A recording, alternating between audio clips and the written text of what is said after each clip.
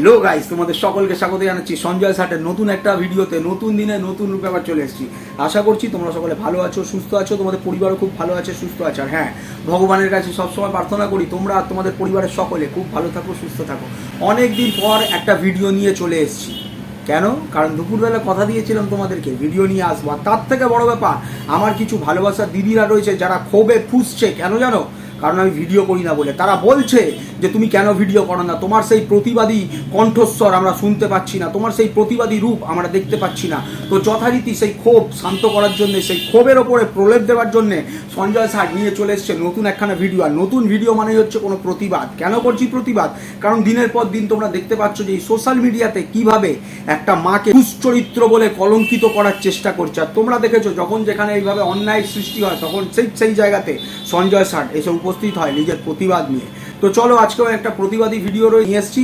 শুধুমাত্র প্রতিবাদী ভিডিও নয়, ভিডিওটার পেছনে মূল বক্তব্য হচ্ছে যাদের নিজস্ব চরিত্র কোথাও হয়তো বন্ধক রেখে এসছে, তো তারাই আবার অন্যের চরিত্র হনন করার চেষ্টা করছে, অন্যের চরিত্র নিয়ে দিনের পর দিন ছেলে খেলা করছে, বিশেষ করে কোনো এক মায়ের চরিত্র নিয়ে হনন করার চেষ্টা করছে। তো এরম জিনিস দেখে আমি কি করে শান্ত থাকি, এরম জিনিস দেখে আমি কি করে চুপ থাকি? তো যথারীতি আমিও চলে এসেছি এই সারমেয়দের উত্তর দেওয়ার জন্য। কিছুদিন আগে পর্যন্ত তোমরা দেখছিলে 49 করে ভাইরাল হয়ে গেছিল পুরো ওয়াইটিটা, তাই না? 49-এর ক্যারেক্টারটা কিরকম? তো আবার ঠিক এই নোংরাটার মুখে নোংরামো থুপে দেওয়ার জন্য চলে এসেছি। কারণ যেভাবে নোংরামো করছে দিনের পর দিন সেটা নেওয়া যাচ্ছে না।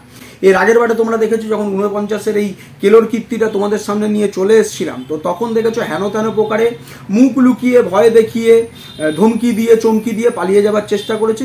দেখেছো তোমরা? তো এত সহজ নয়। কারণ আবার কাউকে কলঙ্ক দেওয়ার চেষ্টা করেছে। কাকে? একটা মাকে, তার চরিত্র হনন করাবার চেষ্টা করেছে দিনের পর দিন, এখনো পর্যন্ত করে যাচ্ছে। আর শুধু তাই নয়, যারা একে নিয়েও প্রশ্ন, যারা একে নিয়ে কোনো উত্তর দিতে চায় না, তাদের পশ্চাতে গিয়েও পর্যন্ত ঘেউ ঘেউ করছে। না ঘেউ ঘেউ না, হুক্কা হুয়া এরকম কিছু করছে, তাই না? চলো আজকে আমিও একটু তোমাদের সামনে তথ্য তুলে দিই। এর আগে কি বলেছিল? যে পুরুষটিকে নিয়ে কথাবার্তা বলা হচ্ছিল, তার চরিত্র হনন করার চেষ্টা করলো, তার নামে কলঙ্ক থুপে দিয়ে নিজেকে ক্লিয়ার করে দিয়ে পালাবার চেষ্টা করলো। তোমরা দেখেছো কি বলা হলো? শুধুমাত্র নিজেই বলেনি, তার সাথে আবার নিজের একটা সারমেয় পোষা রয়েছে, তাকে অনেক চেষ্টা করেছে চ্যানেলটাকে দাঁড় করাবার, কোনোরকমভাবে দাঁড় করতে পারেনি। তো সেই সারমেয়কে দিয়েও তার চরিত্র, সেই পুরুষটির চরিত্র হনন করাবার চেষ্টা করলো। তো প্রথমত আসি, প্রথম বলা হলো যখন সেই মেসেজগুলো যখন শো করা হচ্ছিল, তো সেই মেসেজ শোতে বলা হচ্ছিল যে এর পেছনে আরও অনেক রকমের কথা ছিল, সেগুলো কেন দেখানো হচ্ছে না। তো তখন আমি প্রতিবাদ করে বলেছিলাম যদি তার পেছনে কোনো মেসেজ থাকে তো সেটা কেন সে জনসম্মুখে নিয়ে আসছে না, যে এর পেছনে কি কথাবার্তা হয়েছে। পারেনি। কেন? কারণ ফুল চ্যাটটাকেই ডিলিট করে দিয়েছে। আর কেন করেছে? কেন করেছে? কারণ হচ্ছে যে ঘরের লোক যাতে জানতে না পারে। ঘরের লোক যদি জানে তো বিপদ একেবারে সম্মুখ সমরে চলে আসবে। তো সেই কারণে সেই মেসেজগুলোকে, চ্যাটগুলোকে ফুল ডিলিট করে দেওয়া হয়। এইরকম ধরনেরই নোংরা। এবারে পেছনের মেসেজ করছিল না। তো তোমাদেরকে প্রথম মেসেজটা দেখাই, যেটা এর আগের বারে দেখিয়েছিলাম। ফুল তোমাদেরকে আজকে ওপেন করে দেখাচ্ছি। যে প্রথমে একখানা দেখো, তোমরা একখানা ছবি পাঠিয়ে তখন বলা হচ্ছে যে কেমন লাগছে দেখুন। তখন সে রেগে গিয়ে একখানা সিম্বল দিয়েছে, দেখার পরে বলছে এগুলো কী ধরনের ভিডিও পাঠাচ্ছেন আমাকে। দেখতে পাচ্ছ তো তোমরা কী ধরনের কথাবার্তা বলা হচ্ছে সেখানে এর থেকে বোঝা যাচ্ছে যে সেই পুরুষটির চরিত্র তাহলে কীরকম। সেই পুরুষটি এই জিনিসগুলো করতে চায়নি। এখানে বলা হচ্ছে যে আমি নাকি কারোর কাছে পাঠিয়েছিলাম যে আমার হয়ে কোনো কিছু গিয়ে সেখান থেকে প্রমাণ নিয়ে আসতে। কিন্তু এক্ষেত্রে কি দেখা যাচ্ছে যে নিজেই বলি হওয়ার জন্য বলির কাঠের মধ্যে নিজের মাথা গলাচ্ছে। দেখতে পাচ্ছ? এনার সাথে আমার কোনো সম্পর্ক ছিল না, কোনো দিনই কোনো সম্পর্ক ছিল না, ঠিক আছে?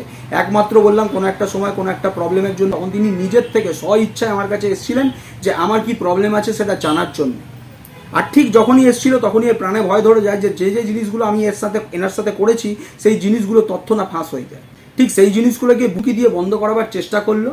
তোমরা দেখলে যে নিজেই বলির কাঠের মধ্যে নিজের মাথা গুলিয়েছে। আর তার আগেও তোমরা দেখেছো ওই প্রতিটা সারমেয় যে রয়েছে সে নিজে এর যে মানে কি বলবো, এর যে মাথার চুল থেকে পায়ের নখ পর্যন্ত কী ধরনের মেন্টালিটি, কী ধরনের টেন্ডেন্সি, তো সেগুলো সে জনসম্মুখে প্রমাণ করে দিয়েছে। জনসম্মুখে মুখ খুলে একেবারে বরবার করে সব নোংরাগুলো বমি করে দিয়েছে যে কেমন ধরনের। বলেছে যে এতটাই নোংরা, একে একেবারে আমরা শাক পাতা দিয়ে ঢেকে রাখার চেষ্টা করেছি, কিন্তু একদম বিদঘুটে নোংরা, পচা মাছ, গন্ধ ভন করে বেড়ায়।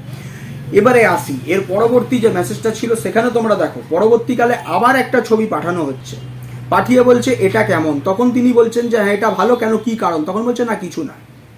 তো এরপরে কি বলেছিল যে তার নাকি চরিত্র খারাপ, সে নাকি বাজে কোনো টেন্ডেন্সিতে কোনো মেসেজ করেছিল, করার জন্য তাকে ব্লক করা হয়েছিল। তো আমি বলবো, তো যদি ব্লক করা হয়, ব্লকের মধ্যে সেই মেসেজগুলো এখনো পর্যন্ত থাকবে। যদি এ ফুল চ্যাট ডিলিট না করে, তাহলে সেটা জনসম্মুখে আসার দরকার যে এ কি করেছে আর উনি কি করেছেন। এর সাথেও বড় ব্যাপার হচ্ছে আরেকখানা, যে ওর সারমেয় পোষা রয়েছে, যাকে অনেকবার চেষ্টা করেছে তার চ্যানেলটাকে দাঁড় করাবার, সেই সারমেয়কে দিয়ে এই পুরুষটির চরিত্র হনন করার চেষ্টা করলো। প্রথমে তো বলা হলো সেই পুরুষটির উদ্দেশ্যে যে এই পুরুষটির ক্যারেক্টার খারাপ, পুরুষটির নজর নাকি কোনো একটা শরীরের অংশের দিকে নাকি বারবার পড়ে। তো আমার মেন প্রশ্ন হচ্ছে এইখানে, তাহলে কি এই ক্রিয়েটারটির সাথে এই যে ক্রিয়েটার যে মানে সারমেয়টাকে পুষে রেখেছে চ্যানেলটাকে দাঁড় করাবার জন্য, তাহলে কি সেই সারমেয় আর এই ক্রিয়েটারটা দুজনে কি একসাথে কখনো সেই পুরুষটির সাথে সামনাসামনি সম্মুখীন হয়েছে?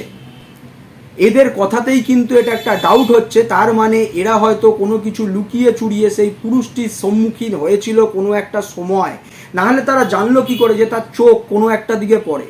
নিশ্চয়ই আমার ভিডিওর মানে যদি ভিডিও ক্যামেরায় তোমাদের সাথে আমরা কথা বলি বা কখনো কেউ কারোর সাথে কথা বলি, আমাদের চোখ দেখে বোঝা যায় না যে আমাদের চোখ কোথায় যাচ্ছে। ভিডিও কলের থ্রুতে একমাত্র বোঝা যাবে যদি সম্মুখ সমরে দুজনে দুজনার বিপরীতে দাঁড়াই, তাই না? তো এদের কথার মানেটা কি, যে তার মানে কি তারা কখনো কোনো সময় সম্মুখ সমরে এসে দাঁড়িয়েছিল? যদি দাঁড়িয়ে থাকে তাহলে তারও প্রমাণ কিন্তু এই স্বরূপ সোশ্যাল মিডিয়াতে দেওয়ার প্রয়োজন, যে আমরা যে কথাটা বলে তাকে কলঙ্কিত করতে চেয়েছি, তো সেই কলঙ্কের জন্য প্রমাণ রয়েছে আমাদের কাছে। তাহলে কিন্তু প্রমাণ হচ্ছে এইটা যে এরা কিন্তু লুকিয়ে ছিপিয়ে তার সম্মুখ সমরে গিয়ে দাঁড়িয়েছিল, নাহলে তার সারমেয় এরম একটা কথা বলে তার চরিত্র হনন কি করে করতে পারলো, যেখানে বলা হলো যে তার নজর কোনো একটা শরীরের অংশের দিকে পড়ে? কি করে বললো? কি করে বললো? তোমরাই ভাবো। তোমাদের কাছে পরিষ্কার হচ্ছে ব্যাপারটা, যে অনেক কিছু ডালমে কালা হে, এরা অনেক কিছু ঘটিয়ে বেরিয়েছে, অনেক কিছু করে বেরিয়েছে। শুধুমাত্র 49 টাকা না 1500 টাকা, এরা টাকার জন্য সব কিছু করতে রাজি আছে। তোমাদের কাছে প্রুফ হলো এদেরই কথার মাধ্যমে, যেখানে নিজেরাই বলছে নিজেদের সারমেয় মারফত যে ওনার চোখের চাউনি খুব খারাপ, ওনার কোনো শরীরের অংশের দিকে নজর পড়ে। শরীরের অংশের দিকে নজর পড়ছে কিনা সেটা নিশ্চয়ই ভিডিও কলিংয়ের মাধ্যমে বোঝা সম্ভব নয়। তাহলে কি ভিডিও কলিংয়ের মাধ্যমেও কিছু নোংরামো হতো? ভিডিও কলিংয়ের মাধ্যমেও কি কিছু নোংরামো হতো? তাহলে সে তো বলতে পারে যে হয়তো ওনার শরীরটা মানে চরিত্রটা এরকম, তাই না? তো কিন্তু হওয়ার সম্ভাবনা নেই, কারণ ভিডিও কলিংয়ের মাধ্যমে আমরা কথা বললে আমাদের চোখ কোথায় যাচ্ছে না যাচ্ছে কোনো রকমভাবেই বোঝা সম্ভব নয়। একমাত্র বোঝা সম্ভব হচ্ছে যদি সম্মুখ সমরে একে অপরের বিপরীতে দাঁড়াই, তাহলেই বোঝা যাবে। তো তাহলে কি প্রমাণ হলো এখানে যে সম্মুখ সমরে কখনো কোনো সময় লুকিয়ে ছিপিয়ে দাঁড়ানো হয়েছিল, আর তার সাথে সেই সারমেয়টাও গেছিল? তো এটা তোমাদের কাছে কিন্তু প্রশ্ন রইল। আর বিশেষ করে বললাম এই সারমেয়দের কাছে প্রশ্ন রইল যে অন্যের চরিত্র হনন করার জন্যে নোংরামি করার একটা সীমা থাকে। এরকম ধরনের নোংরামো অন্ততপক্ষে করা উচিত না, যারা এরকম নোংরামো অফ ক্যামেরা করে যাচ্ছে। তো তারা অন্যের কারোর চরিত্র হনন করার জন্যে হেন তেন প্রকারে তাকে চোর, তাকে চরিত্রহীন বলে যে দৌড়াদৌড়ি করছে, নোংরা নোংরা ভিডিও না দিয়ে, সেগুলো একদমই করা উচিত না। এর আগের বারেও আমি সত্যগুলো উদ্ঘাটন করছিলাম বলে আমাকে হেনতানা প্রকারে সিন্ডিকেটের গুন্ডা বাহিনী যেগুলো পুষেছে তাদেরকে দিয়ে আমাকে ধমকি চমকি, প্লাস নিজেও ধমকি চমকি দিল যে আমি অ্যান করবো, স্যান করবো, হোন করবো, ত্যান করবো। কিন্তু আমি এখন বলে রাখতে চাই, আমি এখন পরিষ্কার বলে রাখতে চাই, যদি এরকম নোংরামো বারবার দেখা হয়, আমাদের স্টুডেন্টরা, তোমরা স্টুডেন্টদেরকে দেখেছো, বাচ্চা সন্তানরা যারা রয়েছে আমাদের স্কুলে যায়, তো সেখানে যদি কেউ কোনো ফল্ট করে তখন তাকে কাকে বলা হয়? কাকে বলা হয়? জানানো হয় গার্জেনকে। পেরেন্টস কল করা হয়, করে জানানো হয় গার্জেনকে যে এইরকম ধরনের নোংরামোগুলো করছে। তো আমি যদি এর পরে দেখি যে কোনো রকমভাবে হেনতেন প্রকারে কোনো মহিলার চরিত্র হনন করা হচ্ছে এইভাবে, এই প্রমাণগুলো কিন্তু কারোর কাছে আমি পৌঁছে দেবো। এই প্রমাণগুলো তাদের অভিভাবকের কাছে পৌঁছে দেবো, বা তার অভিভাবকের কাছে পৌঁছে দেবো যে এইরকম নোংরামো করে বেড়াচ্ছে। আমি কিন্তু কোনো নোংরা কথা বললাম না, কোনো বাজে ভাষা ইউজ করলাম না, আমি জাস্ট ভালোভাবে বলে দিয়ে গেলাম। কারণ একটা লিমিট থাকে। কোনো একটা মায়ের চরিত্র নিয়ে দিনের পর দিন হনন করে আর আর্নিং করবো, সেই আর্নিংয়ে বসে বসে গান্ডে পিন্ডে গিলবো, আর তারপরে সোশ্যাল মিডিয়ার থেকে এদিক ওদিক থেকে লোকের কাছ থেকে ভিক মেঙে খাবো, বললাম না, এটা ঠিক নয়। এটা ঠিক নয়। এটার একটা সীমা থাকা দরকার। একটা সীমার মধ্যে সমালোচনা করা উচিত। সমালোচনার ঊর্ধ্বে গিয়ে কারোর পার্সোনাল লাইফ নিয়ে যেগুলো দেখা যাচ্ছে না সেগুলো পর্যন্ত নিয়ে নোংরা নোংরা কথা রটানো ঠিক নয়।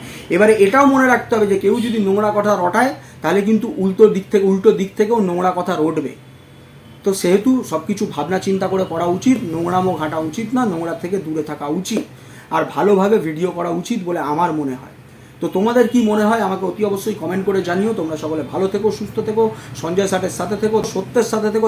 দেখা হচ্ছে আবার যে কোনো লাইভ বা যে কোনো ভিডিওতে। আপাতত টাটা।